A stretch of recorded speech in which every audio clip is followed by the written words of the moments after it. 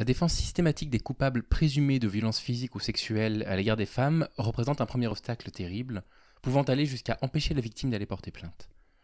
Si vous n'êtes pas encore convaincu de la chose, je vous invite à voir le premier épisode de cette série de vidéos.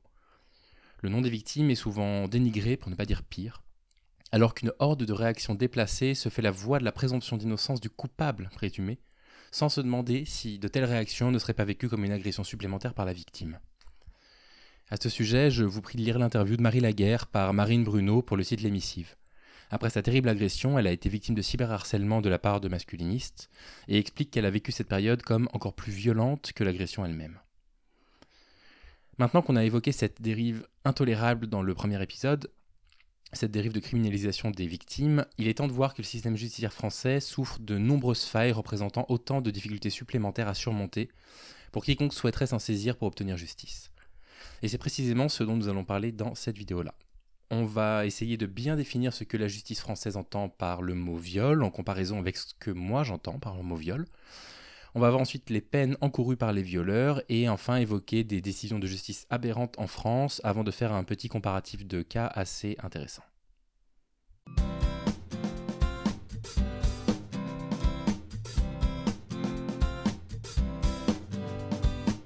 Légifrance, c'est un site gouvernemental qui permet à qui le souhaite de se renseigner sur les différents textes de loi qu'il ou elle peut retrouver grâce à l'utilisation de mots-clés. C'est de cette façon-là qu'on peut trouver très facilement la définition juridique française du viol dans l'article 222-23 de la loi du Trot 2018, définissant le viol comme englobant, je cite, « tout acte de pénétration sexuelle, de quelque nature qu'il soit, commis sur la personne d'autrui ou sur la personne de l'auteur, par violence, contrainte, menace ou surprise. Le viol est puni de 15 ans de réclusion criminelle. » Sur cette définition, j'ai pas mal de réserves, mais avant, un bon point.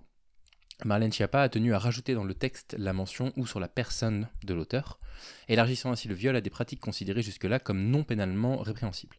Il est désormais considéré comme un viol le fait d'imposer à l'autre qu'il nous pénètre. Le violeur n'est plus uniquement celui qui pénètre, mais aussi potentiellement celui qui impose à quelqu'un de le pénétrer, et je pense que c'est une excellente chose. En revanche, j'aimerais sincèrement que la notion de viol ne soit pas limitée à l'existence ou non d'une pénétration.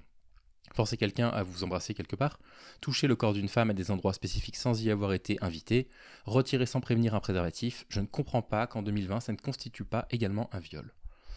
Toute pratique sexuelle non désirée devrait l'être. Pour le reste, je suis quand même scotché par une absence majeure. À aucun moment le texte de loi ne parle du désir de la victime. Et je parle bien de la notion de désir et non de consentement sur laquelle je reviendrai dans 30 secondes là. Je sais que c'est très difficile devant un juge de démontrer l'absence de désir, mais ça semble pourtant essentiel, et ça réglerait certaines questions une bonne fois pour toutes. Coucher avec une personne alcoolisée par exemple, dans un état second, en train de dormir, etc., ce serait immédiatement et sans aucune discussion permise qualifié de viol, point. Dans ces conditions, s'il n'est pas possible de recueillir le désir de l'autre, qu'il y ait eu surprise ou violence ou quoi que ce soit, l'acte n'a pas été désiré, point, et il n'y a pas d'exception possible. Cette absence du désir dans le texte de loi permet au violeur de jouer de cette ambiguïté, et c'est très fatigant. En revanche, je pense que le mot consentement est moins fort que le mot désir, et donc plus dangereux. Parce qu'en fait, un consentement, ça peut se négocier, ça peut même s'acheter.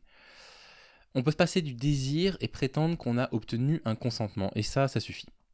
Les rapports sexuels sans désir doivent être bannis une bonne fois pour toutes de notre société et requalifiés en viol. En faisant le choix de mettre en avant plutôt une notion de consentement que de désir, un violeur présumé pourrait jouer d'énormément d'ambiguïté. Évidemment, je considère que la prostitution constitue une forme de viol tarifé. Il n'y a pas de désir de l'autre d'avoir un rapport sexuel avec vous, simplement une obligation contre de l'argent. Je trouve que ça ressemble à de l'esclavage. Il est impossible dans ce cadre de recueillir ni un consentement tout à fait libre d'une contrainte financière, ni évidemment quelconque désir chez l'autre. Le problème avec le consentement, c'est qu'on peut donc l'acheter. En achetant le corps de sa victime, un violeur pourrait justifier ses comportements par « elle a consenti, j'ai proposé de l'argent, elle a dit oui ». Voilà pourquoi je considère qu'à titre personnel, rien que dans la définition en fait, du mot viol dans nos textes de loi, il y a des problèmes qui peuvent constituer des freins à un dépôt de plainte. Malheureusement, des freins, on en retrouve bien d'autres au sein même des tribunaux. Si on tape ce mercredi 12 août, le jour auquel je tourne la vidéo dans Google, condamnation pour viol en France, c'est qu'on va dans l'onglet actualité. Les 5 premiers articles relatant des condamnations récentes montrent des chiffres très différents de ce qui semble prescrit par les textes de loi. Mais avant d'en parler, j'aimerais préciser que le premier article qui ressort de cette recherche évoque les doutes d'Éric Dupond-Moretti, garde des Sceaux, qui remet en cause la statistique terrible qui montre que moins d'1% des viols fait l'objet d'une condamnation. L'article rappelle la véracité de ce chiffre et pointe du doigt le fait qu'en 2019, moins de 1300 viols en France ont été condamnés par la justice. Sans même rentrer dans le détail des condamnations, on peut aisément comprendre que la victime d'un viol se sent découragée à l'idée que de toute façon, presque aucun viol n'aboutit à une condamnation. Mais il arrive que les assises reconnaissent les faits et déclarent le prévenu coupable. Voici donc les 5 verdicts que je suis allé chercher, les 5 premiers qui sont sortis quand j'ai cliqué sur Actualité. Et voici ce qu'on trouve. Le premier, 3 ans de prison requis, dont 1 an avec sursis pour un adolescent de 15 ans coupable de 2 viols et d'une agression sexuelle. 8 années requises pour le viol d'une jeune femme par un chauffeur de VTC. 8 ans également pour un ancien moniteur de colonie pour un viol et des agressions sexuelles sur mineurs. 10 ans de prison requis contre le violeur d'une jeune fille de 13 ans. Et enfin, 15 ans de prison pour le viol d'un nourrisson. Ce qu'on remarque du premier coup d'œil, c'est qu'un seul de ces cas a abouti à une condamnation de 15 ans, celui qui parle de pédocriminalité sur un nourrisson. Ces mots-là me scandalisent rien que de devoir les lire et les dire. Alors que les textes de loi précisent, ça peut aboutir jusqu'à 15 ans de prison, un viol. Et en fait, il n'y en a qu'un seul là sur les 5 qui aboutit à 15 ans de prison. De plus, et on va revenir dessus dans un petit instant, les juges semblent différencier les viols des atteintes sexuelles. J'avoue que j'ai lu à ce sujet-là ce qu'ils sous-entendaient par là, et j'ai toujours pas compris quelle était la réelle différence. Grosso modo, le viol exclut le consentement de la victime, ce qui n'est pas le cas de l'atteinte sexuelle. En fait, je suis pas tout à fait sûr de comprendre ce que ça signifie. Parce que si en fait il y a eu atteinte sexuelle, en fait il y a forcément absence de consentement. Parce que s'il y a atteinte sexuelle que la personne ne s'attendait pas, même si elle avait au préalable consenti à un rapport sexuel, si elle ne s'attend pas à ce qui lui arrive, que ça lui est violent et que la personne n'arrête pas, enfin c'est un viol, c'est pas qu'une atteinte sexuelle, je comprends pas la nuance. Bref, j'ai voulu savoir si ces chiffres étaient courants et on trouve malheureusement que les violeurs majeurs sont condamnés en moyenne en France, quand ils sont condamnés, à 9,6 ans de prison en moyenne, donc on est très loin des 15 années de prison requises. Autrement dit, où est-ce qu'on en est ? Alors supposons que vous ayez réussi à passer le cap de la peur de voir votre agresseur ou votre violeur défendu par les médias, les journalistes, les pseudo-justiciers sur Internet, et qu'on va vous traîner dans la boue.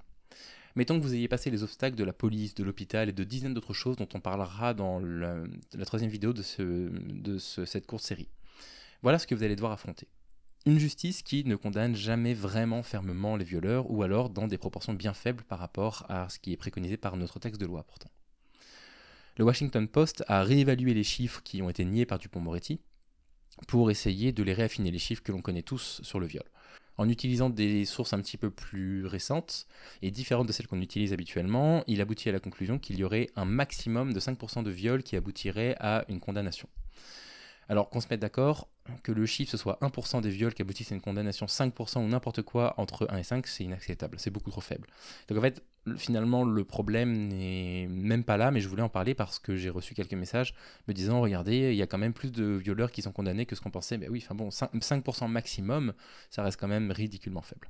Rien n'est mis en place en fait dans le parcours judiciaire pour aider les victimes de viol à traduire efficacement leurs agresseurs en justice.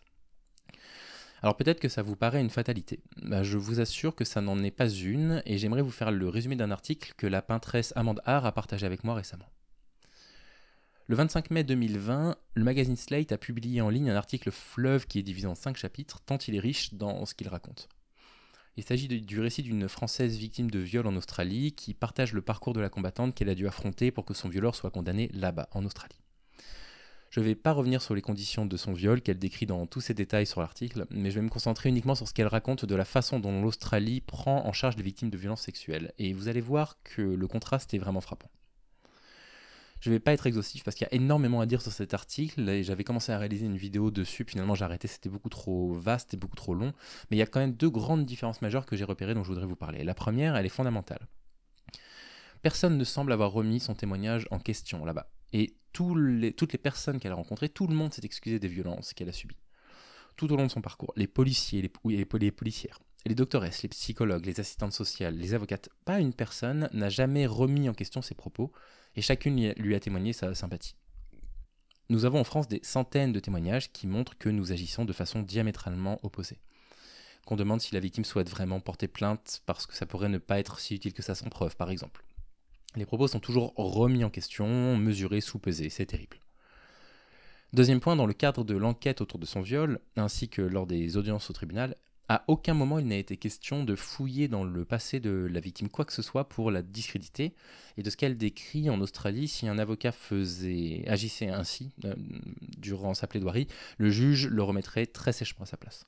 C'est une différence fondamentale avec chez nous où, dès que la victime annonce avoir été victime de viol ou de violence, des hordes de pseudo-justiciers, comme je disais là sur Internet, ou des journalistes mal intentionnés vont tenter de faire soit vaciller le témoignage, soit de discréditer la personne en allant chercher des choses dans son passé. Alors comment ça se fait que nous on fait ça et pas là-bas ? En fait, l'une des différences, c'est qu'en Australie, un viol, c'est considéré avant tout comme un tort adressé à la société australienne tout entière.